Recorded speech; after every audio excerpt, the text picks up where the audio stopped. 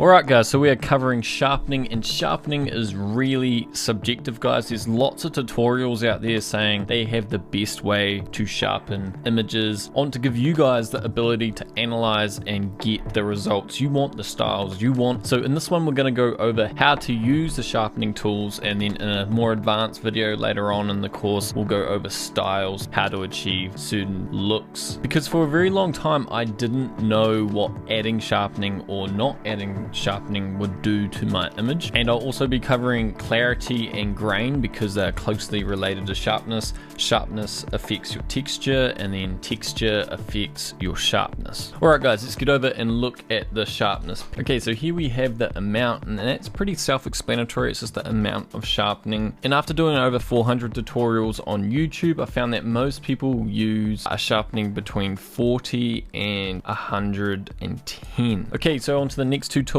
Now, radius and detail, I don't want to overwhelm you guys. We're not printing for billboards and stuff like this, so I wouldn't worry about these two too much. For Instagram, they're not going to play a big role. I don't see these being a big factor at all. So if you're a beginner, don't get overwhelmed about thinking you have to use all these sliders. I would say keep them default. But if you want to know what they do, radius is the size of the edge, and then detail is how in depth it gets. It's very, very minor guys. I'd say keep it at default. Adobe has put countless hours into analyzing what is the best settings, what's the most neutral, what works the best in most scenarios, so just keep those ones default. That's what I personally do. Now, masking is really useful. If we hold Option and grab the slider, this is where we can choose which lines to sharpen. This is used all the time by people. The main function of it is to keep your smooth parts of your image smooth. The sky, for example,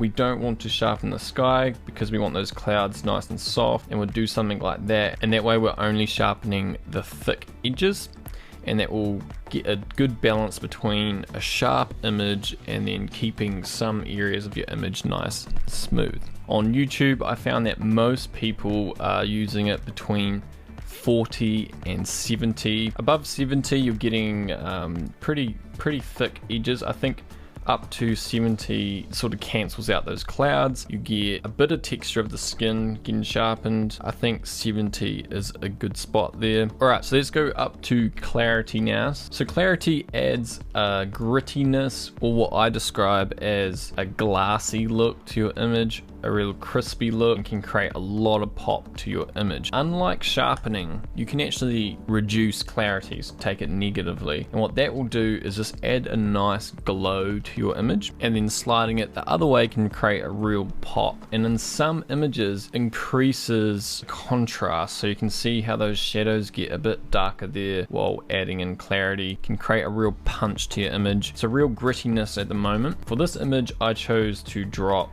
it by 5 just because I like the natural softness that gives to the image. Clarity in terms of like magazines and professional work, traditionally it hasn't been used in that sort of professional work. They keep quite a natural look to the images, but Instagram, there's quite a few more styles and you can get quite creative. There's a lot more use of that in Instagram. But in professional work, for example, where they might use it is like sport advertising. They want that gritty feeling to the image. And then just above grain we have texture. Now I think this creates just a real blur to the image when you bring it down, and then it creates texture, so like sort of what you'd do with grain, but it doesn't add in the grains. I don't see much use of this tool. It's new, and I would much rather have control over my grain down here in this area here rather than up here. It creates a soft blur if you drop it, but I would prefer the soft blur from clarity. I think it just looks a bit more natural and it blooms the highlights a touch more.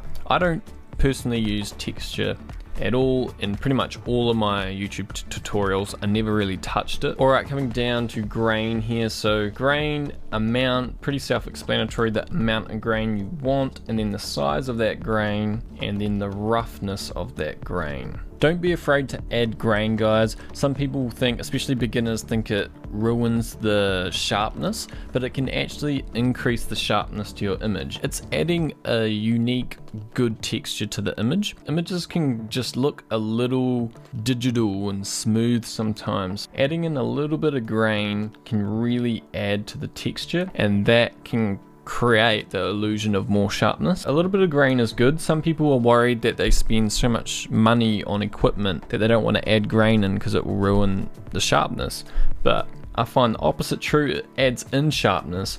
You'll start to lose sharpness if you bring up the size of your grain, but otherwise it looks great. People use a lot of varieties of grain, so don't think there's a best grain. See so many people using all sorts of combinations of these 3 sliders, but what I personally do is have at least 10, and then I go with the default sliders down here. I'll sometimes go up to 25 or so, but I usually don't go too much further than this. This image in particular, I would probably go for about 15, that it's barely noticeable, but you can still notice it just a bit. Okay guys, so we've got one other way to sharpen your image, and it's using filters and brushes. So this is what I've done in this image, is I've come in with a brush.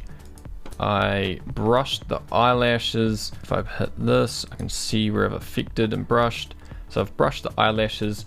I've done a bit of clarity for that crispy pop, and then a bit of sharpening to bring them out a bit more. And then that's all I did there.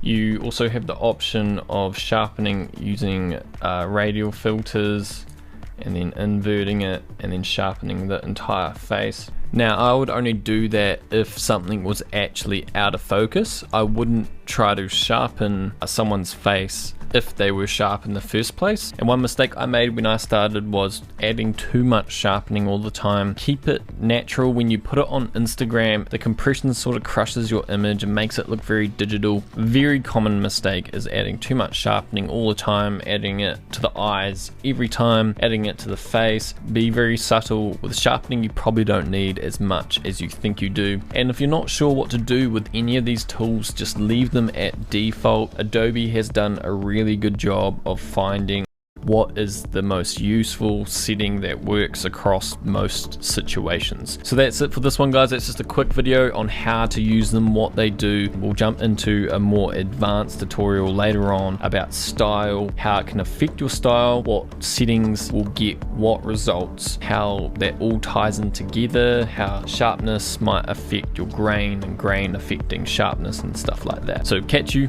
in the next one.